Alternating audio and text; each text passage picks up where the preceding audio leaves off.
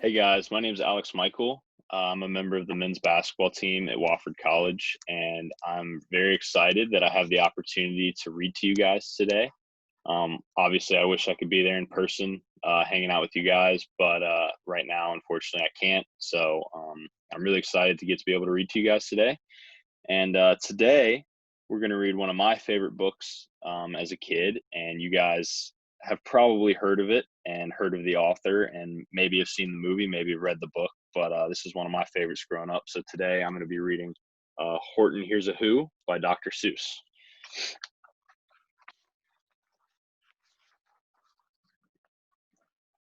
On the 15th of May, in the jungle of Newell, in the heat of the day, in the cool of the pool, he was splashing, enjoying the jungle's great joys, when Horton the elephant heard a small noise. So Horton stopped splashing. He looked toward the sound. That's funny, thought Horton. There's no one around. Then he heard it again, just a very faint yelp, as if some tiny person were calling for help. I'll help you, said Horton. But who are you? Where? He looked and he looked. He could see nothing there but a small speck of dust blowing past through the air. I say, murmured Horton, I've never heard tell of a small speck of dust that is able to yell. So you know what I think? Why, I think that there must be someone on top of that small speck of dust. Some sort of a creature of very small size, too small to be seen by an elephant's eyes. Some poor little person who's shaking with fear that he'll blow in the pool he has no way to steer. I'll just have to save him because, after all, a person's a person, no matter how small. So gently and using the greatest of care, the elephant stretched his great trunk through the air, and he lifted the dust speck and carried it over and placed it down safe on a very soft clover. Humph, humphed a voice. 'Twas a sour kangaroo, and the young kangaroo in her pouch said humph, too. Why, that speck is as small as the head of a pin. A person on that? Why, there has never been. Believe me, said Horton, I tell you sincerely. My ears are quite keen, and I heard him quite clearly. I know there's a person down there, and what's more, quite likely there's two, even three, even four, quite likely. A family, for all that we know. A family with children just starting to grow. So please, Horton said, as a favor to me, try not to disturb them. Just please let them be. I think you're a fool, laughed the sour kangaroo, and the young kangaroo in her pouch said, Me too. You're the biggest blamed fool in the jungle of Newell, and the kangaroos plunged in the cool of the pool. What terrible splashing, the elephant frowned. I can't let my very small persons get drowned. I've got to protect them. I'm bigger than they. So he plucked up the clover and hustled away. Through the high jungle treetops, the news quickly spread. He talks to a dust speck. He's out of his head. Just look at him walk with that speck on that flower. And Horton walked, worrying, almost an hour. Should I put the speck down? Horton thought with alarm. If I do, these small persons may come to great harm.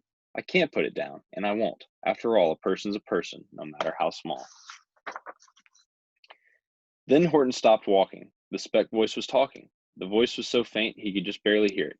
Speak up, please, said Horton. He put his ear near it. My friend, came the voice. You're a very fine friend. You've helped all us folks on this dust speck no end. You've saved all our houses, our ceilings and floors. You've saved all our churches and grocery stores. You mean? Horton gasped. You have buildings there too?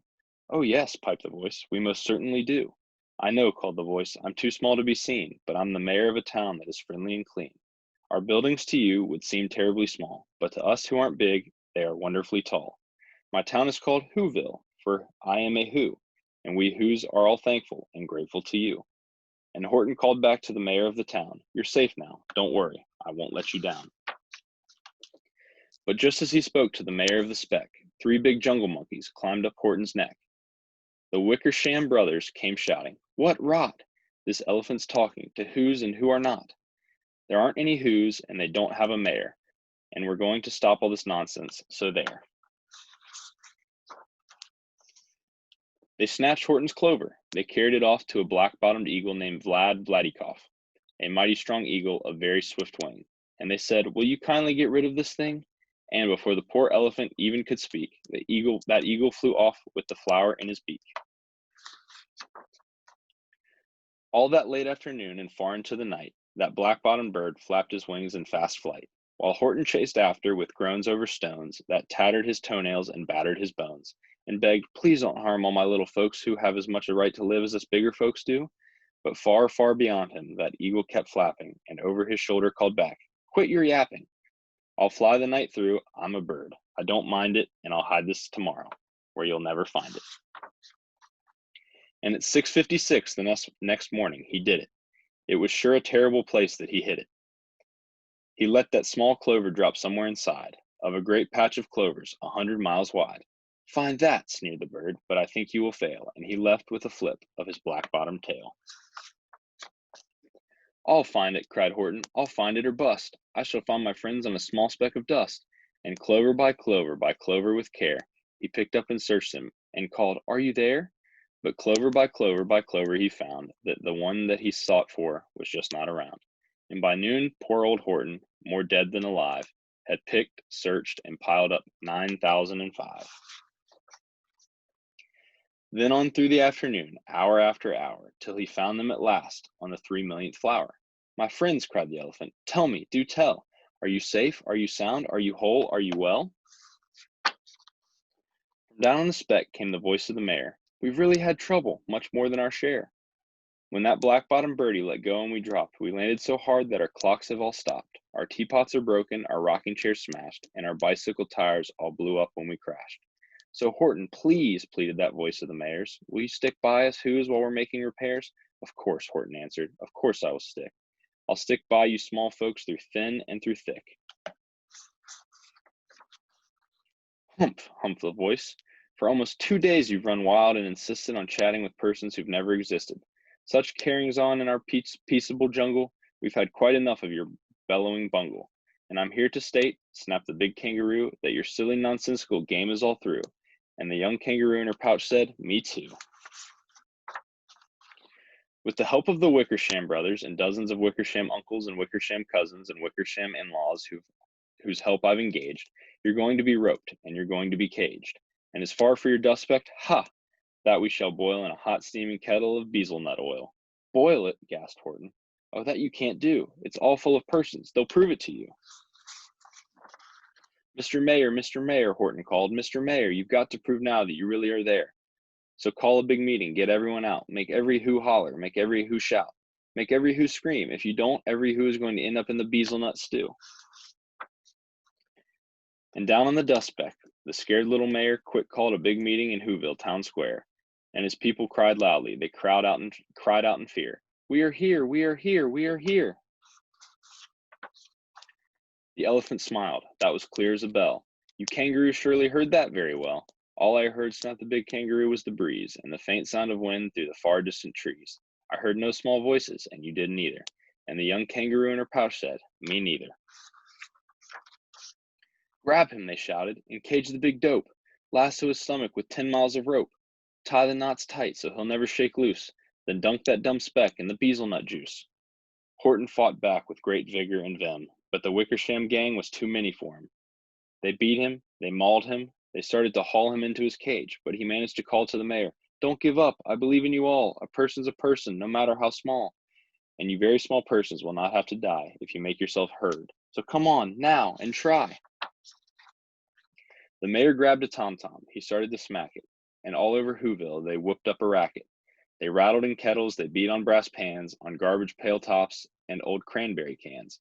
They blew on bazookas and blasted great toots, on clarinets, oomphas and boomphas, and flutes.